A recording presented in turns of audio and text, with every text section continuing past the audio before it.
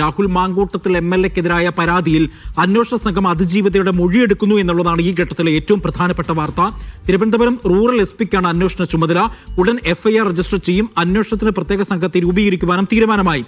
രാഹുൽ മാങ്കൂട്ടത്തിൽ രാജിവെക്കണമെന്നാവശ്യപ്പെട്ട പാലക്കാട് ഡിവൈഎഫ്ഐയുടെ പ്രതിഷേധമുണ്ട്. രാഹുലിന്റെ MLA ഓഫീസിന് അകത്തേക്ക് പ്രവർത്തകർ ചാടിക്കേറി. റീത്തുമായി എത്തിയ പ്രവർത്തകരെ പോലീസ് അറസ്റ്റ് ചെയ്ത് നീക്കി എന്നുള്ള വാർത്തകളാണ് ഈ ഘട്ടത്തിൽ വരുന്നത്. ആദ്യം സിജോ വി ജോണിലേക്ക് പോവുകയാണ്. സിജോ, നോക്കൂ, അതിജീവിതയുടെ മൊഴിയെടുക്കുന്നു എന്നുള്ളതാണ് ഏറ്റവും പ്രധാനപ്പെട്ടതായി ഈ ഘട്ടത്തിൽ പറയാനുള്ളത്. അതുമായി ബന്ധപ്പെട്ട വിവരങ്ങൾ എന്താണ് സിജോ?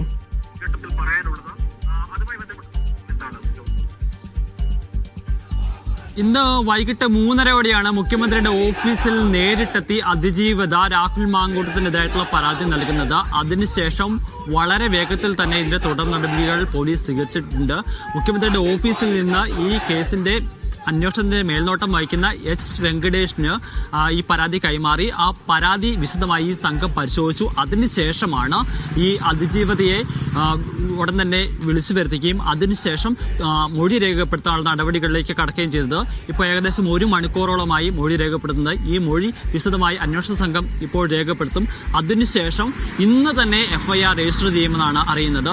ഈ ഇപ്പോൾ നൽകിയിരിക്കുന്ന പരാതി അതോടൊപ്പം തന്നെ മൊഴി, ഇത് രണ്ടും കൂടി പരിശോധിച്ചതിന് ശേഷം ഇതിൽ എന്തൊക്കെ കാര്യങ്ങൾ വ്യക്തമാക്കിയിട്ടുണ്ട് എന്നുള്ള കാര്യം നോക്കിയതിനു ശേഷമാണ് ഏതെല്ലാം വകുപ്പുകൾ രാഹുൽ മാങ്കൂട്ടത്തിനെതിരെ ചുമത്തണം എന്നുള്ള കാര്യത്തിൽ തീരുമാനമെടുക്കുക.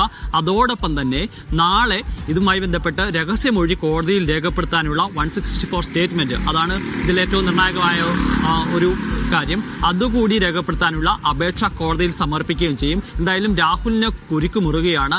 ഇത്രയും ദിവസം രാഹുലിനെതിരെ ഉണ്ടായിരുന്ന ഒരു കേസ് എന്ന് പറയുന്നത്, അല്ലെങ്കിൽ FIR രജിസ്റ്റർ ചെയ്തിരുന്ന പറയുന്നത് തേർഡ് പാർട്ടീസ് കൊടുത്തിരുന്നതാണ്. ഇതുമായി ബന്ധപ്പെട്ട് നേരിട്ട് പരാതിയുള്ള ആളുകൾ ഉണ്ടായിരുന്നില്ല, അല്ലെങ്കിൽ രാഹുലിന്റെ അതിക്രമം നേരിട്ട ആളുകൾ ആരും തന്നെ നേരിട്ട് പരാതി കൊടുത്തിരുന്നില്ല. തേർഡ് പാർട്ടീസ് ആണ് പരാതി കൊടുത്തിരുന്നത്. പക്ഷേ എവിടെ പരാതി എന്ന് രാഹുൽ ആവർത്തിച്ച് ചോദിക്കുന്ന സമയത്താണ് ഇന്ന് വൈകിട്ട് അതുമായി ബന്ധപ്പെട്ട് ഒരു പരാതി അതിജീവിത തന്നെ മുഖ്യമന്ത്രിക്ക് നൽകുന്നത്. ഇത് അതിന്റെ ഗൗരവം വളരെ പ്രധാനപ്പെട്ട ഒരു കാര്യമാണ്. ഇനി എന്തൊക്കെ വകുപ്പുകളാണെന്ന് ഇതിൽ ഉള്ളതെന്ന് സംബന്ധിച്ച് ഈ മൊഴിയുടെ കാര്യത്തിൽ മൊഴിയെടുത്ത് ആ പരാതി കൂടി പരിഗണിച്ച ശേഷമായിരിക്കും എടുക്കുക. എന്തായാലും FIR ഇന്ന് തന്നെ ഉണ്ടാകും. അറസ്റ്റിലേക്ക് വൈകാതെ തന്നെ കടക്കാൻ വേണ്ടിയിട്ടാണ് അന്വേഷണ സംഘം നടപടികൾ സ്വീകരിക്കുന്നത്. ഇതിൽ ഏറ്റവും പ്രധാനപ്പെട്ട കാര്യം എന്ന് പറയുന്നത് ഇത് ഒരു പുതിയ കേസായി അന്വേഷണ സംഘം രജിസ്റ്റർ ചെയ്യും എന്നുള്ളതാണ്. നിലവിൽ രാഹുലിനെതിരെ FIR രജിസ്റ്റർ ചെയ്തിട്ടുണ്ട്. അതിന് പുറമെയാണ് പുതിയ FIR രജിസ്റ്റർ ചെയ്യുക. അതിൽ ഒരു പ്രത്യേക ടീമാണ് അന്വേഷിക്കുന്നത്. തിരുവനന്തപുരം റൂറൽ SP-യുടെ നേതൃത്വത്തിലുള്ള സംഘമാണ് ഇപ്പോൾ ഈ കേസ് അന്വേഷണത്തിലേക്ക് കടക്കുകയും ചെയ്യുന്നത്. എന്തായാലും രാഹുലും ഇതിൽ നിയമപരമായ നടപടികളിലേക്ക് കടക്കുന്നുണ്ട്. രാഹുൽ മുൻകൂർ ജാമ്യാപേക്ഷയുമായി ഹൈക്കോടതിയെ സമീപിക്കാനുള്ള നടപടികളിലേക്ക് കടക്കുന്നുണ്ട്. അല്പസമയം മുമ്പ് രാഹുലിന്റെ അഭിഭാഷകന്റെ പ്രതികരണം നമ്മൾ കണ്ടതാണ്.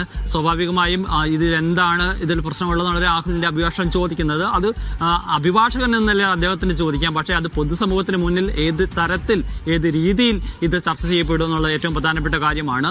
എന്തായാലും രാഹുൽ എങ്ങനെ നീങ്ങുന്നു എന്നുള്ള കാത്തിരുന്ന് കാണാം. രാഹുൽ എന്ത് നടപടികൾ സ്വീകരിക്കുന്നു എന്നുള്ള അന്വേഷണ സംഘവും പരിശോധിക്കുകയാണ്. എന്തായാലും വളരെ വേഗത്തിൽ തന്നെ ഇതിന് FIR രജിസ്റ്റർ ചെയ്യുക, തുടർ നടപടികളുമായി മുന്നോട്ട് പോകാൻ വേണ്ടിയിട്ടാണ് അന്വേഷണ സംഘം ഇപ്പോൾ തീരുമാനിക്കുകയും ചെയ്തിരിക്കുന്നത്. ശരി സിജോ, എന്തായാലും സിജോയാണ് വാർത്തയുടെ ഏറ്റവും പുതിയ വിവരങ്ങൾ നൽകിയത്.